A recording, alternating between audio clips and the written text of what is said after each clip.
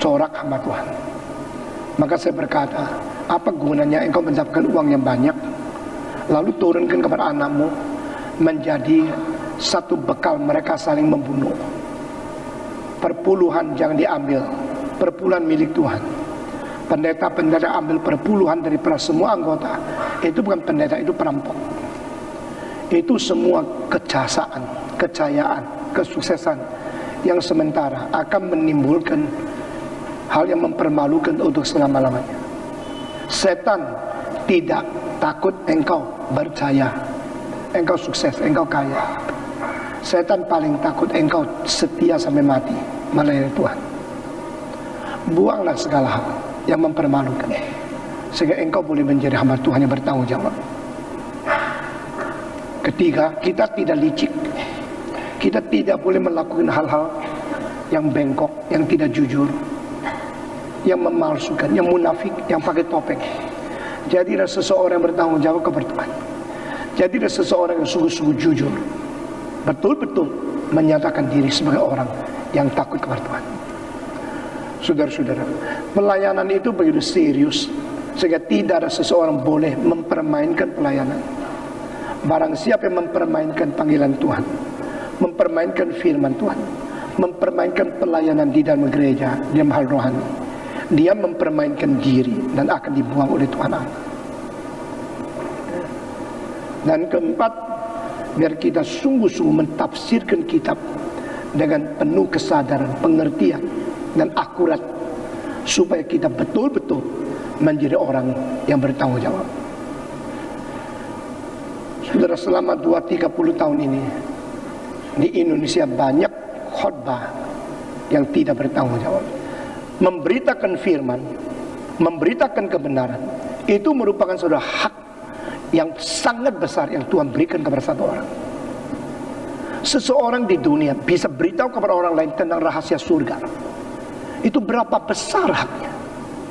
Seseorang bisa menutur, mengajar orang lain dengan kebenaran yang diwahyukan oleh Tuhan. Itu berapa besar kepercayaan Tuhan kepada orang itu.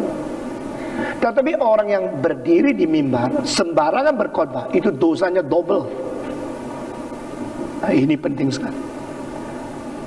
Memberitakan firman, menguraikan kebenaran dengan gentar, dengan sungguh-sungguh taat, dan penuh dengan keinsyafan dan pengertian, sehingga orang-orang yang kau pimpin boleh diselamatkan.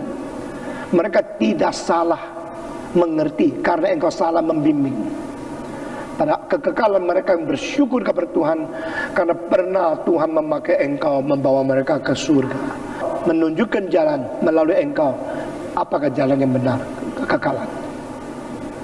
Kelima, biar kita diperkenalkan di dalam hati nurani orang-orang lain di dalam menghadapi Tuhan Allah. Nah, kalimat terakhir ini justru tidak muncul istilah yang penting di dalam bahasa Indonesia terjemahannya. Biarlah orang menilai engkau dari hati nurani, sehingga tidak usah tunggu sampai hari kiamat, tidak usah menanti sampai Tuhan menghakimi. Orang-orang pun yang berdosa kagum engkau hamba Tuhan. Orang-orang Kristen yang sudah diselamatkan betul-betul saksi engkau jujur melayani Tuhan. Nah, ini pekerja-pekerja yang betul, sungguh betul jujur, betul tuntas, betul taat kepada Tuhan. Hati nurani daripada orang-orang, semua itu akan mengaminkan, "Yo hamba Tuhan." Maukah Anda menjadi hamba Tuhan seperti ini? Maukah, saudara? Jawab, mau nggak? Jawab di hadapan Tuhan. Jangan bohong di dalam gereja. Kalau engkau sungguh-sungguh mau menjadi hamba Tuhan seperti ini, 5 hal ini pelihara dengan baik-baik. Nah, hari ini saya akan menambah penjelasan tentang kalimat terakhir dari ayat kedua ini.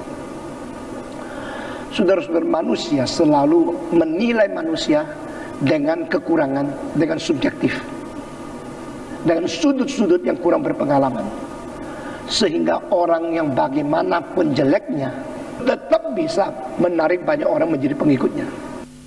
Orang yang bagaimana salah pengajarannya, bagaimana menyeleweng doktrinnya, tetap bisa memanggil banyak orang mengikut dia. Di situ kebahayaan. Jangan engkau lihat yang banyak pengikut itu sukses.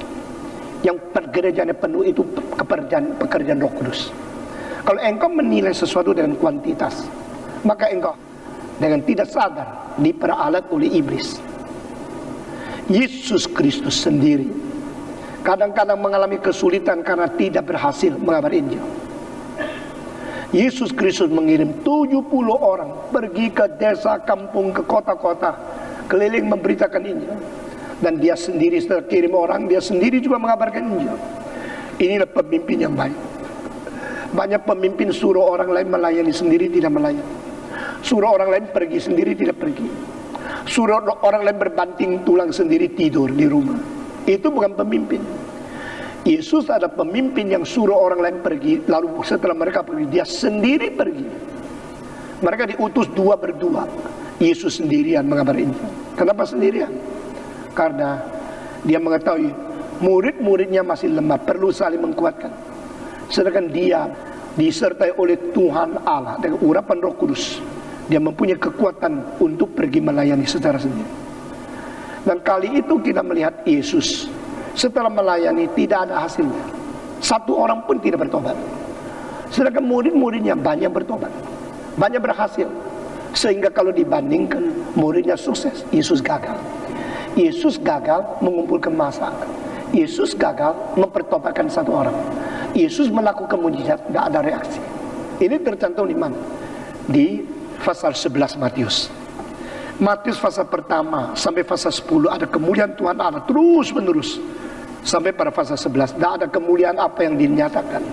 Sehingga anak Allah sendiri Yesus Kristus tidak berhasil mempertobatkan satu orang. Saat itu apakah berarti Yesus tidak dipenuhi Roh Kudus? Apakah saat Yesus mengabar Injil tidak berhasil berarti saat itu Roh Kudus tidak mendampingi dia? Apakah berarti tidak berkuasa? Apakah berarti tidak ada kepenuhan Roh Kudus? Tidak. Karena ada saat-saatnya Tuhan membiarkan semua pekerja mengalami kesulitan-kesulitan untuk membuktikan dia tetap setia. Yesus membiarkan Yohanes Pembaptis berada di dalam penjara, tidak disembuhkan, tidak ditolong, tidak dilepas. Sehingga pada saat itu Yohanes Pembaptis mengalami kegoncangan iman. Apakah engkau adalah Mesias yang kami harapkan? Atau kita mesti menunggu yang lain?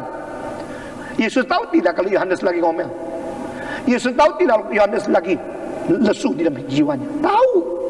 Tetapi dia tidak tolong. Apa sebab?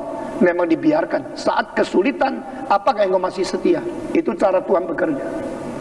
Maka gereja-gereja, doktrin, kalau seorang sakit tidak disembuhkan, itu kutukan Tuhan. Itu ajaran bukan dari Tuhan, itu dari setan. Tuhan bisa mengizinkan orang Kristen menderita sakit. Tuhan bisa memberikan kesulitan-kesulitan kepada orang yang paling cinta Tuhan. Tuhan bisa memperbolehkan orang Kristen yang sangat setia kepada Tuhan menjadi janda. Karena Tuhan ada Tuhan yang berdaulat. Mengapa ada ajaran yang sembuh itu berkat Tuhan, yang tidak sembuh itu dikutuk oleh Tuhan? Yang menjadi janda karena dosa tersembunyi, Tuhan yang tahu, maka Tuhan sekarang menghukum dia. Itu semua ajaran bukan dari Alkitab, itu ajaran dari iblis yang menyelundup ke dalam gereja, bikin kita kata balau. Waktu Yesus disalib, Allah Bapa tolong dia. Waktu Tuhan Yesus minta disingkirkan cawan itu, Tuhan menyingkirkan tidak. Waktu Paulus minta duri itu yang menusuk di tubuhnya dicabut, Tuhan cabut tidak? Tidak. Ini berarti banyak doa yang tidak didengar oleh Tuhan. Karena Tuhan tidak mau engkau berdoa maunya Tuhan sesuai kehendakmu. Tetapi engkau harus hidup sesuai kehendak Tuhan. Amin. Kita harus hidup sesuai kehendak Tuhan.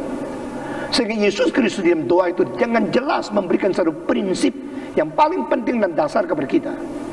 Bukan kehendakku, tetapi kehendakmu yang terjadi. Kalau boleh, silakan disingkirkan cawan ini. Tetapi bukan kehendakku, tetapi kehendakmu yang terjadi. Nah, itulah klimaks daripada doa ketaatan. Nah, saudara-saudara, sehingga Yesus, Paulus, dan semua rasul, kecuali satu yang namanya Yohanes, matinya dilepas pergi ke pulau Patmos. Dan akhirnya di situ dia melihat wahyu tentang akhir zaman, tentang hari kiamat yang tertulis sebagai kitab wahyu di dalam kitab suci, jilid yang terakhir. Selain dia, 11 murid Yudas membunuh diri. Yang 10 lain satu persatu tidak ditolong oleh Tuhan. Akhirnya mati syahid, mengalirkan darah, dipaku di atas kayu salib. Bahkan ada yang diterbalikkan. Dan Paulus sendiri dipenggal kepala. Apa mereka terkutuk? Jawab. Apa Tuhan tidak menyertai mereka? Bukan. Karena itulah kehendak Tuhan. Yang bisa membunuh tubuhmu, tidak bisa membunuh jiwamu. Jangan takut kepada dia. Tetapi teologi kemakmuran, teologi kesuksesan abad ke-20 telah menipu gereja. Sehingga menganggap kalau kita kaya, kita lancar, kita makmur, baru itu namanya berkat Tuhan. Dan yang paling kaya, paling makmur pendeta itu sendiri. Pencuri-pencuri, perampok-perampok sudah masuk gereja, menipu anak-anak Tuhan. Dan begitu banyak anak Tuhan mau ditipu. Karena apa? Karena dikasih tahu, kalau engkau memberikan 100, Tuhan nanti kembalikan 1000. Kalau engkau memberikan 1 juta, Tuhan kembalikan 10 juta. Itu ajaran dari ayat mana? Seluruh kitab suci tidak ada itu. Itu penipuan dari setan. Alkitab makan yang Tuhan berikan, kembalikan perpuluhan kepada Tuhan. Alkitab tidak katakan kalau engkau berikan perpuluhan, Tuhan akan kembalikan 10 kali. Saudara-saudara, maka kita menjadi hamba Tuhan, jangan takut. Kalau engkau berani katakan yang benar dari Alkitab, dilawan, diejek, bahkan dibunuh pun, tetap khotbahkan. Maukah saudara? Maukah Anda menjadi orang yang sungguh-sungguh? Kalau engkau tidak mengerti apa yang saya katakan, atau engkau melawan, berarti setan masih di hatimu. Engkau harus bertobat. Saya pernah di hadapan belasan pendeta, 89 jenderal, dan 1.600 orang Kristen. Saya mengatakan banyak pendeta menjadi perampok. Semenjak hari itu banyak pendeta yang benci sekali kepada saya. Tapi mereka tidak bisa apa-apain saya, karena mereka tidak bisa mencari apa yang saya ajarkan itu menyeleweng dari kekristenan. Mereka hanya bisa katakan Stephen Tong tidak ada Roh Kudus. Saya sudah bosan dengan kalimat itu.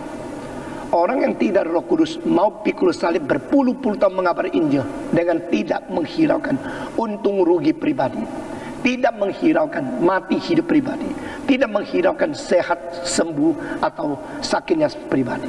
Itu kalau bukan pekerjaan Roh Kudus, pekerjaan apa? Ngerti saudara? Roh yang menggerakkan rasul-rasul sampai mati pun rela. Itu kalau menggerakkan engkau, baru engkau betul-betul menyatakan engkau ada Roh Kudus. Jadi kita sebagai pekerja harus sungguh-sungguh taat kepada Tuhan. Jangan main-main, jangan berusaha memperalat orang. Saya seumur hidup tidak diperalat orang dan tidak mau memperalat orang. Nah saudara-saudara, inilah prinsip yang tidak bisa ditawarkan. Inilah kesetiaan yang harus kita paparkan di hadapan Tuhan. Bukan berarti saya melawan Roh Kudus, tidak. Tetapi saya melawan semua yang palsu, yang tidak benar, yang bersifat menipu, memperalat dan sebagainya. Saudara-saudara sekalian, seorang yang mempunyai keberanian sehingga akhirnya dia harus dianiaya, dia tetap tidak mengundurkan diri dari keberanian yang pernah dia tunjuk. Itu hamba Tuhan.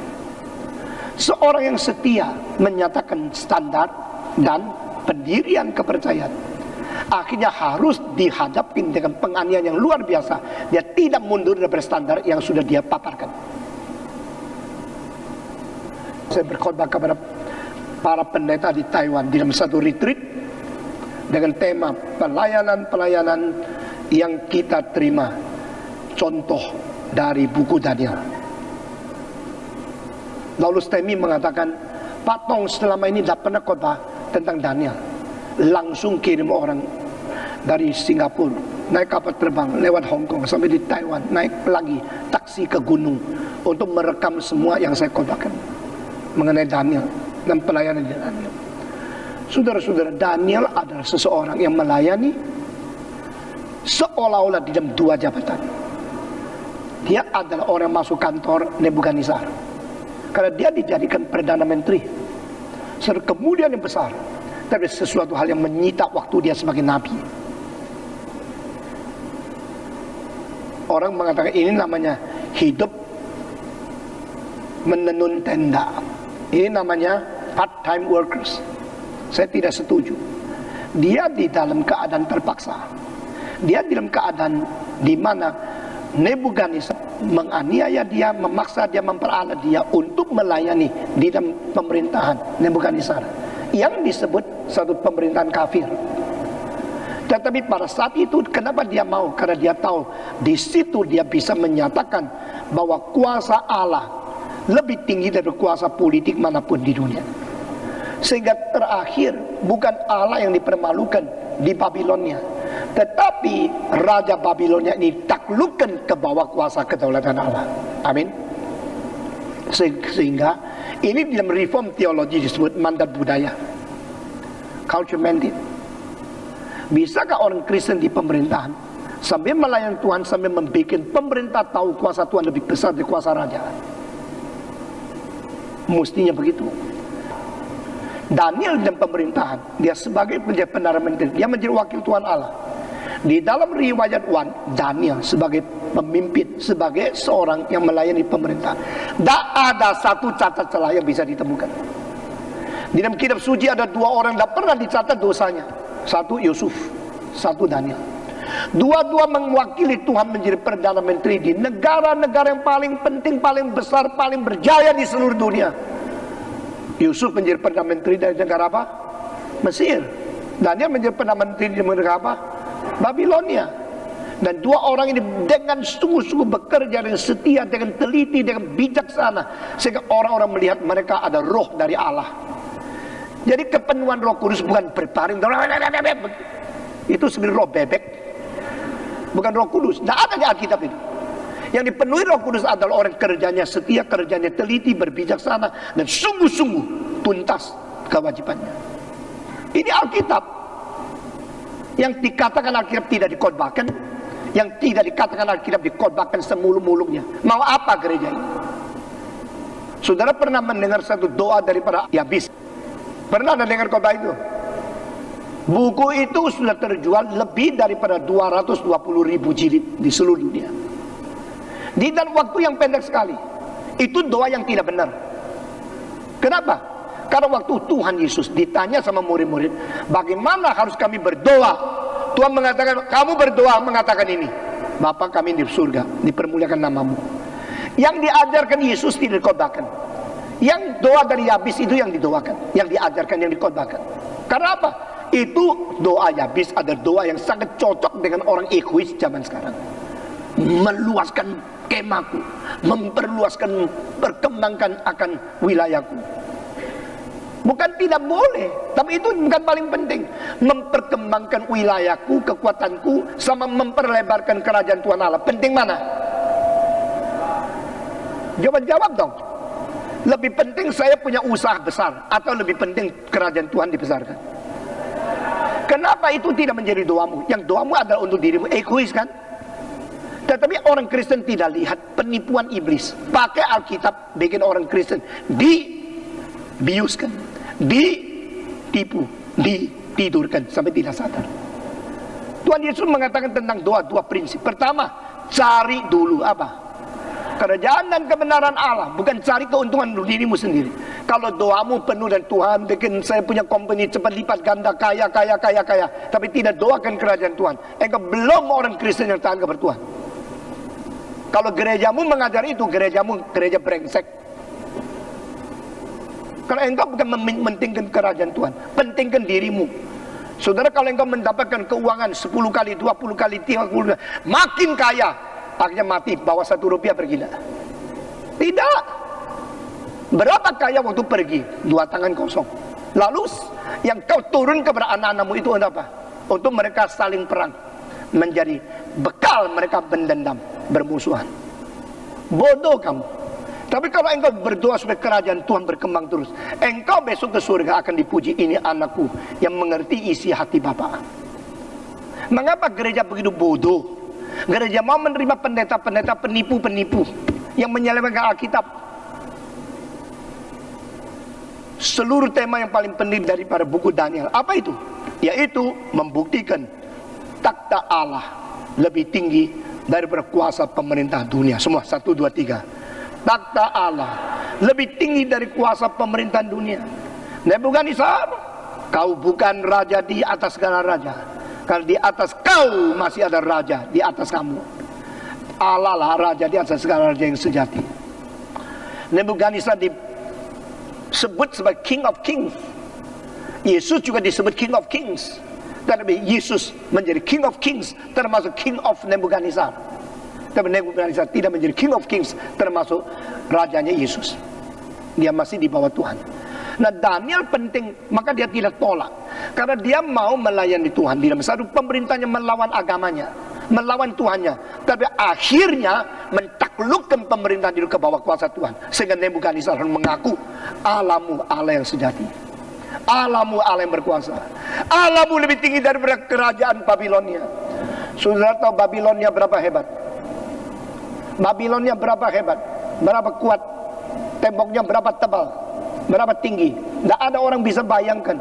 Karena nabi-nabi mengatakan, Babylon, Babylon, engkau akan selama-lamanya dilupakan. Sehingga beribu-ribu tahun kota Babylon yang paling hebat, paling besar, paling megah, tertutup oleh pasir sehingga tidak ada orang tahu di mana. Tuhan mengizinkan seorang arkeolog dari Inggris pergi ke Timur Tengah. Waktu dia menyelidiki, mencari hal-hal purbakala, menemukan 2 ekor burung yang botak. Di situ. Lalu dia teringat satu ayat. Waktu itu engkau akan terpendam dan burung akan berteriak di hadapanmu yang tidak lagi diingat oleh orang lain. Semua kalimat yang ditulis Alkitab harus terjadi. Wah, orang itu kaget. Lalu dia pikir mungkin di bawah ini ada Babylon. Mungkin kota Babylon yang dilupakan beribu tahun. Mungkin di sini alamatnya. Dan akhirnya dia mengketuk. Sekarang kalau engkau pergi ke negara Irak, engkau menemukan ada kota Babylon kuno yang sudah digali. Ternyata temboknya itu kira-kira lebarnya itu lebih daripada 10 meter. Tembok itu lebih 10 meter. Dan tingginya kira-kira 30 meter atau 100 feet. 33 meter tingginya. Tidak ada istana, tidak ada benteng kota yang temboknya tebal 10 meter, tingginya 33 meter. Di dalam sejarah tidak ada. Jadi bukan main-main. Alkitab bukan main-main. Alkitab menyatakan Nebukadnezar, engkau bisa bikin kota begitu hebat, tetap engkau di bawah saya. Tapi kalau hari ini pendeta-pendeta khotbah sedikit bersalah, sedikit berani, sudah langsung ketakutan.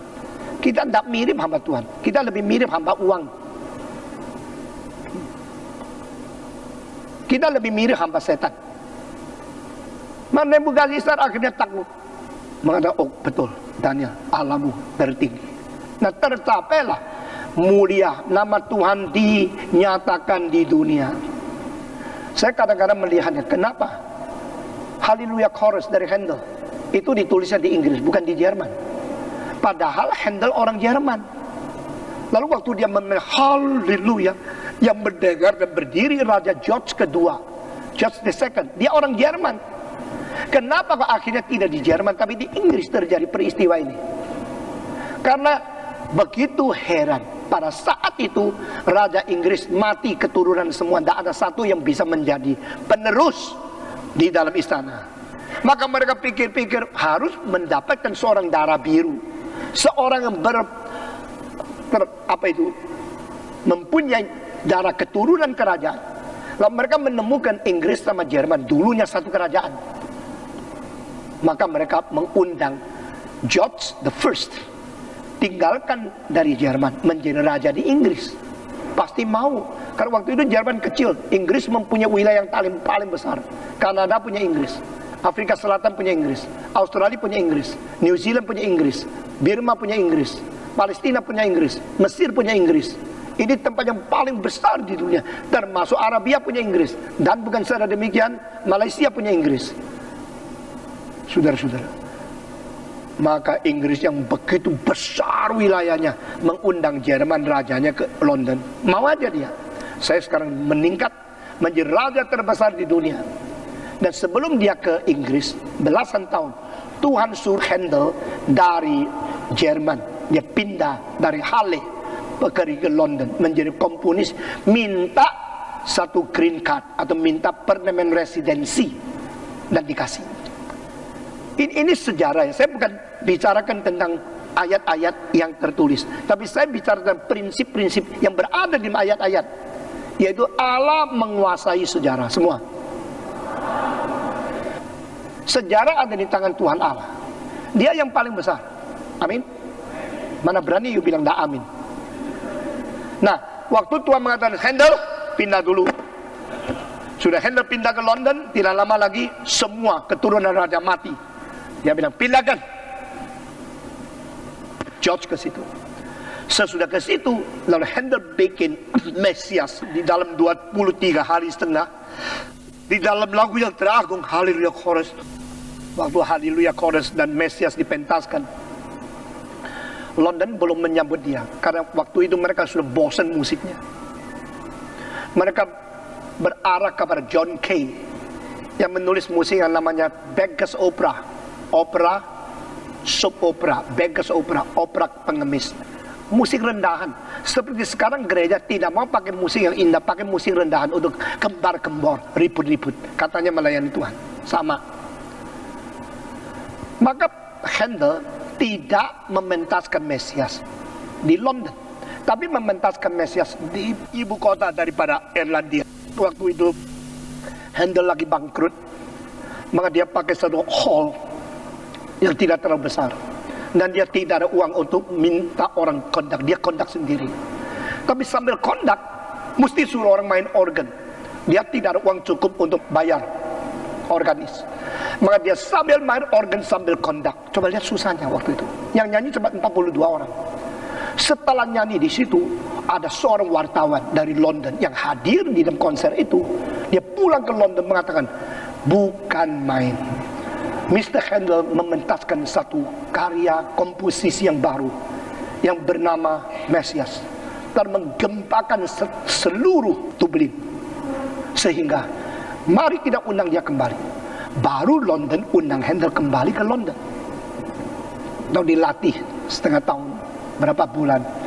Pementasan itu karena begitu terkenal, semua orang bicara tentang Mesias, Mesias, sampai raja dengar.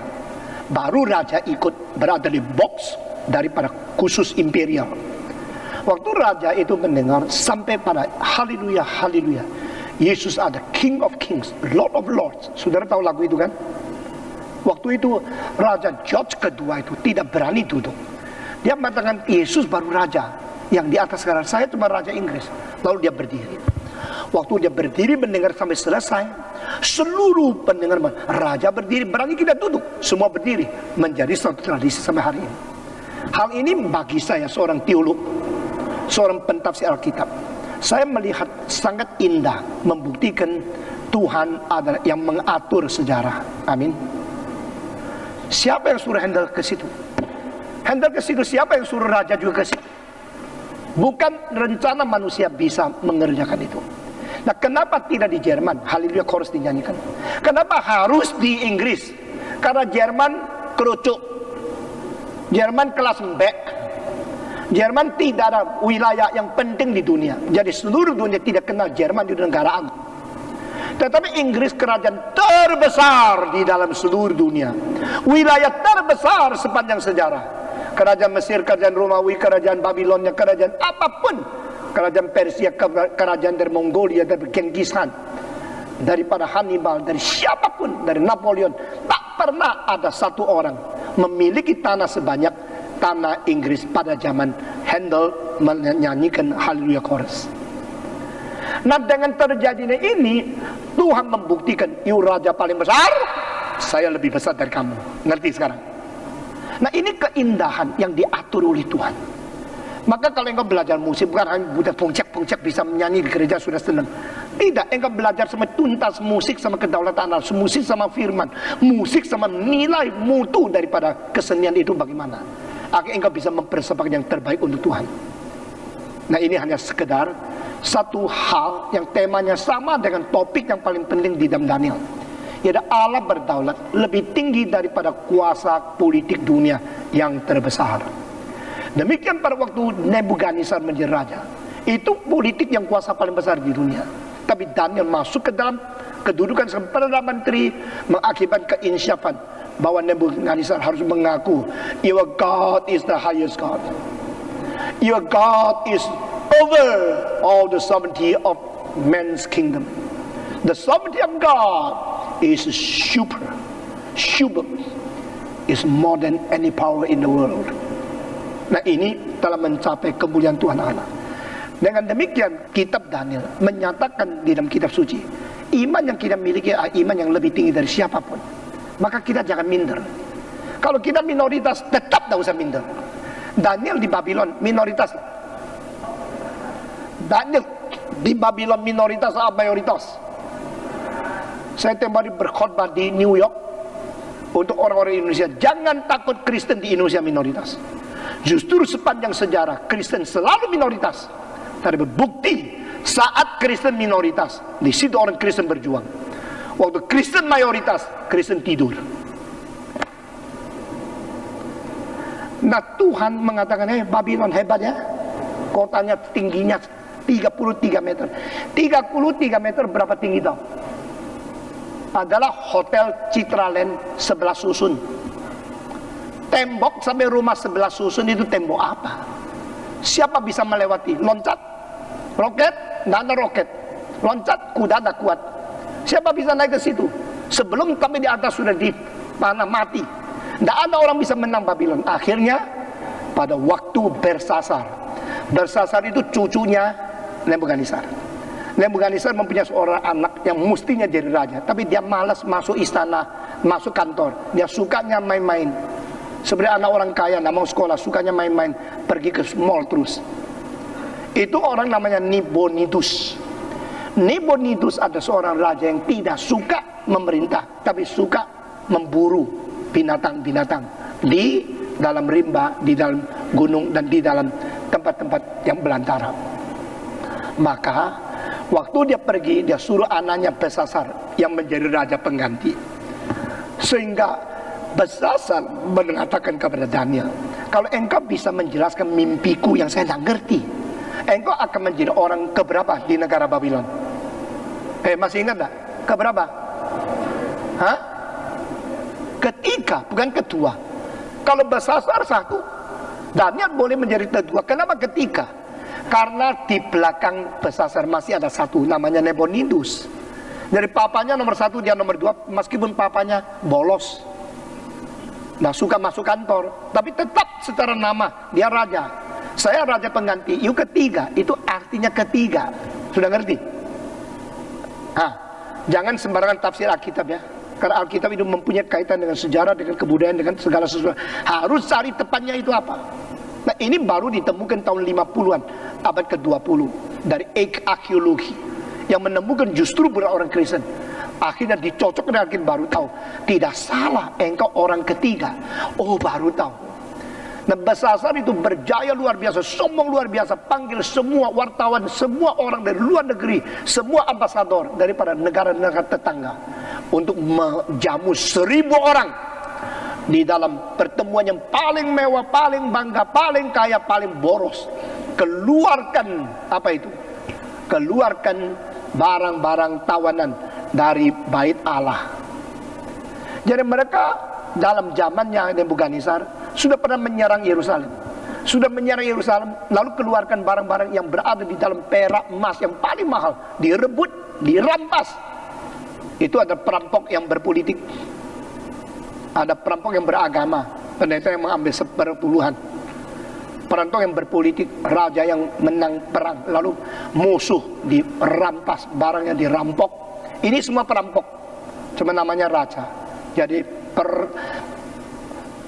mesti perokja, perampok raja, perokta, perampok pendeta. Kalau engkau jadi bendahara gereja, ambil uang dari gereja, engkau majelis ya, engkau proklis, perampok majelis. Saudara-saudara, lalu pada waktu dia keluarkan barang-barang itu untuk memuliakan dewa dia, Allah yang lebih tinggi dari Nebukadnezar, Allah yang lebih tinggi daripada kerajaan, Allah yang lebih tinggi dari semua raja, marah. Dan keluar dari tangan, masih ingat? Yang menulis mini tikel ufalsin. Sudah terhitung, berhentilah harimu sampai hari ini. Mana mungkin? Setelah dia gemetar, tapi dia tetap percaya kota saya kota paling besar, tembok paling tinggi 33 meter. Mana mungkin ada orang bisa menyerang? Justru malam itu orang masuk kota dan dia dibunuh. Kok bisa masuk? Saudara tahu cara apa? arkeologi membuktikan mereka tidak melewati tembok, mereka menggali lubang dari bawah tanah, melewati sungai yang lebar, terus menggerogoti di bawah tanah, akhirnya masuk melebihi rendah daripada fondasi kota yang 33 meter itu. Jadi Tuhan tidak salah. Saudara-saudara, Daniel melayani seperti ini. Dia tidak peduli aku minoritas atau tidak. Tidak peduli kuasamu berapa besar. Tidak peduli engkau punya patung berapa tinggi. Tidak peduli engkau punya kuasa berapa hebat. Saya hamba Tuhan. Hamba Tuhan bukan anjing. Hamba Tuhan itu singa semua. Yang bukan singa tidak usah ngomong. 1, 2, 3. Hamba Tuhan bukan anjing. Hamba Tuhan itu singa. Barang siapa kelihatan orang kaya lalu goyang-goyang ekor, itu anjing atau show anjing. Hamba Tuhan yang takluk kepada orang kaya, kepada orang politik, kepada orang berkuasa, dia itu sebenarnya anjing. Hamba Tuhan bukan anjing. Hamba Tuhan itu singa. Karena Daniel begitu tegas, begitu berani kayak singa, maka waktu Daniel dilempar ke lubang singa, singa melihat sama. Mana berani makan dia? Singa kok. Tidak ada singa makan singa. Mari kumpul di sini sama-sama. Jadi Daniel muka kayak singa. Singa bilang, wah ini singa lebih tua, lebih berwibawa. Dia tidak berani makan dia. Saudara-saudara, orang bisa membunuh engkau, tapi orang yang membunuh engkau hatinya harus hormat. Engkau seorang yang mempunyai jiwa, mempunyai watak yang tinggi sekali. Jadi dia meskipun makan engkau, hati dia lain. Daniel mempunyai jiwa singa, sehingga singa-singa berdamai dengan dia, kompromi. Singa-singa sama-sama hidup dengan dia, damping-mendamping, tidak makan dia, karena dia singa. Kalau kamu hamba Tuhan model anjing, langsung singa menerkam kamu. Kalau kau berani menjadi singa, singa mengatakan, koncoan wis, nah mari kita sama-sama hidup berdampingan. Nah ini rahasia. Saya seumur hidup yang bikin saya punya pelayan dipakai oleh Tuhan adalah karena keberanian saya yang luar biasa. Jangan hancurkan saya Stephen Tong, jangan terlalu berani, jangan nekat. Saya akan mengatakan, nyala engkau setan. Apa yang Tuhan suruh saya kerjakan, jangan ganggu, jangan campur. Karena saya mengetahui kapan harus mengatakan kalimat apa, kapan saya harus takluk kepada Tuhan. Setiap saat saya tidak boleh bisa kompromi sama setan. Mengapa ketiga kawan daripada Daniel, mereka tidak mau berlutut di hadapan patung yang dibikin oleh emas, perak dan sebagainya? Karena mereka sudah pernah lutut di hadapan Tuhan. Barang siapa yang lututnya sudah tekul di hadapan Tuhan, tidak mungkin dia mau tekul lagi di hadapan setan. Amin. Itulah rahasianya. I bow down already. I bow down before God already. No way for me to bow down again before you, Satan. Before you, Nebukadnezar. No. Who are you? You're lower than God. Saya sudah takluk kepada dia. Saya sudah menikah dengan Kristus. Jangan merayu saya untuk menjadi pelacur. Saya hanya setia kepada seorang suami, yaitu Kristus. Yang lain tidak usah tanya, tidak usah kerja lagi perayuan, tidak usah menggoda saya. Hatiku hanya kepada satu. Itu namanya hamba Tuhan. Nah mengapa hari itu Daniel tidak ada? Mungkin Daniel sedang dikirim ke luar negeri untuk membicarakan sesuatu musyawarah dengan pemerintah yang lain. Sehingga Daniel tidak kena kesulitan itu. Tetapi Sadrak, Meshak, Abednego, 3 orang yang harus dilempar ke dalam lautan api. Waktu mereka dilempar, mereka tidak takut. Karena apa? Api inilah yang bikin patung itu leleh. Tapi aku tak mungkin dilelehkan oleh api ini. Dia hanya bisa membuat ilah palsu. Tak mungkin menghancurkan hamba Tuhan. Dan niat yang sungguh. Pimpinlah niat hamba, setia dan kuat, perkasa dan tekun, sampai berjumpa dengan Tuhan Yesus. Amin. Saudara-saudara, maka akhirnya Nebukadnezar datang. Sadrak, Meshak, Abednego, engkau masih hidupkah? Padahal apinya sudah 7 kali. Lebih hebat, lebih dahsyat dari api biasa. Kenapa 7 kali? Karena dia terlalu marah. Ada orang Israel, orang yang sudah ditawan dari negara yang sudah kalah peperangan, berani melawan saya, seorang raja di atas segala raja. Saya kalau tidak menghukum kamu, seluruh dunia berontak kepada saya bagaimana? Saya sekarang hukum kamu untuk menakut-nakuti orang lain. Tetapi hamba Tuhan tak mungkin ditakut-takuti oleh seorang yang tidak lama lagi mati kok. Siapa Stalin? Sudah mati. Siapa Mao Zedong? Sudah mati. Jenazahnya masih ditempel-tempel setiap minggu 2 hari. Tapi waktu dia hidup semua ketakutan luar biasa. Buat apa takut? Mereka hanya orang yang bisa mati kok. Nah kalau hamba Tuhan betul-betul tahu saya melayani Tuhan, siapapun jangan mengganggu saya.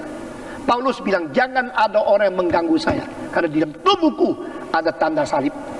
Berarti apa? Dia memikul salib, mengikut Tuhan, rela mati dengan Kristus, tidak mau kompromi. Ini namanya hamba Tuhan. Dia bermuka singa sampai singa tidak berani menerkam dia. Dan engkau yang hebat-hebat, Nebukadnezar, akhirnya jadi sapi, diusir keluar dari manusia, makan rumput 7 jangka waktu, baru kembali lagi. Hanya karena dia mengatakan, bukankah Babilonia yang sangat mewah ini ada dirikan oleh jasaku? Tuhan dengar, oh hebat ya, jadi sapi saja.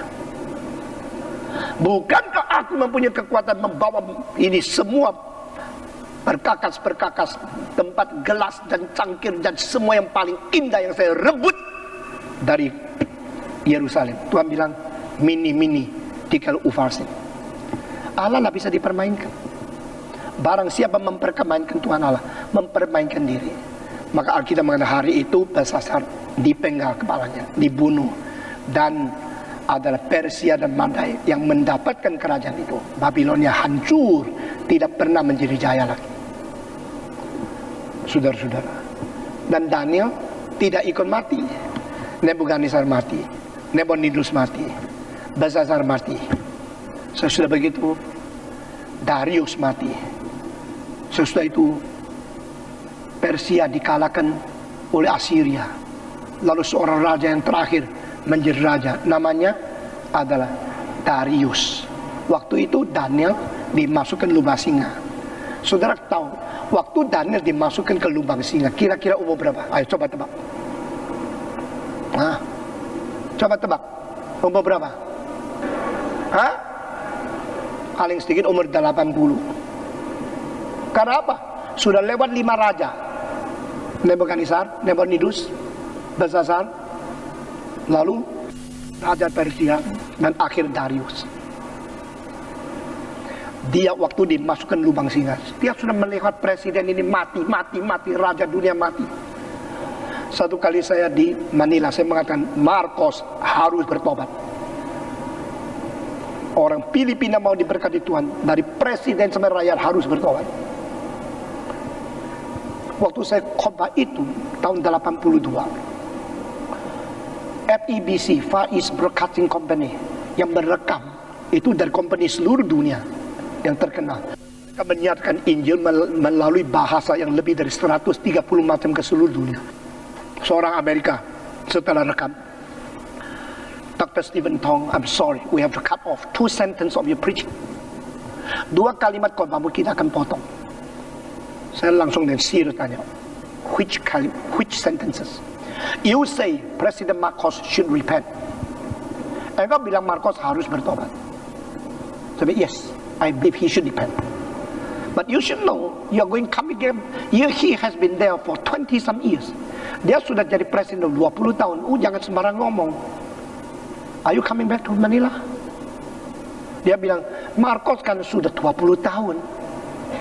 Saya bilang, my God has been there for thousands of years. Tuhanku sudah di taktanya ribuan tahun. You akan kembali lagi kan? Besok-besok you datang lagi, dan diterima, dan dikasih visa bagaimana? Saya menjawab apa? When I come back, he will no more a president. Saya datang lagi, mungkin dia bukan presiden. 2 tahun kemudian saya ke Manila, khotbah kepada ribuan orang. Marcos sudah terusir. Kenapa? Dia hanya sementara. Tapi Tuhan kekal. Semua. Tuhan kekal. Sekali lagi. Tuhan kekal. Engkau melayani yang sementara atau melayani yang kekal? Jawab saya. Kalau engkau melayani kekal, di dunia tidak kaya, tidak apa-apa kan? Kalau engkau melayani kekal, engkau mendapatkan orang muda-mudi yang melayani Tuhan sungguh-sungguh karena penggerakan dari hatimu. Itu sangat indah bukan? Engkau melayani yang kekal, biar kita hatinya menuju ke sana. Mari kita berdoa. Siapa berkata, setelah kebaktian ini, saya mau menjadi seorang hamba Tuhan yang lebih sungguh-sungguh, lebih setia, lebih tekun, lebih tuntas taat kepada Tuhan. Ada orang demikian dipersilakan dengan hormat. Acungkan tangan saudara. Yang mau menjadi hamba Tuhan lebih setia, lebih sungguh-sungguh, acungkan tangan saudara. Yang tidak mau, tidak usah angkat tangan. Engkau berkata, saya juga mau. Saya rela menjadi hamba Tuhan yang lebih setia. Acungkan tangan saudara. Siapa lagi? Puji Tuhan, puji Tuhan, puji Tuhan, puji Tuhan. Tangan diturunkan. Saya tanya, siapa yang berkata, aku belum menjadi hamba Tuhan? Aku rela menyerahkan diri menjadi hamba Tuhan. Jika Tuhan panggil saya bersedia menyerahkan seluruh hidup dari masa mudaku menjadi hambanya untuk selama-lamanya. Pemuda-pemudi, orang Kristen yang rela menyerahkan diri menjadi hamba Tuhan, acungkan tangan saudara. Siapakah? Puji Tuhan, puji Tuhan, puji Tuhan. Siapa lagi? Tangan diturunkan. Mari kita berdoa sekali lagi. Ikut saya berdoa. Tangan diturunkan. Bapa di dalam surga, berkati saya, pakailah saya, sucikan saya, beri kekuatan kepada saya, sehingga saya boleh setia, sungguh-sungguh melayani Tuhan dengan kebenaran, dengan keadilan, dengan kesucian, dengan kejujuran, dan dengan ketaatan. Terimalah saya dalam nama Yesus Kristus.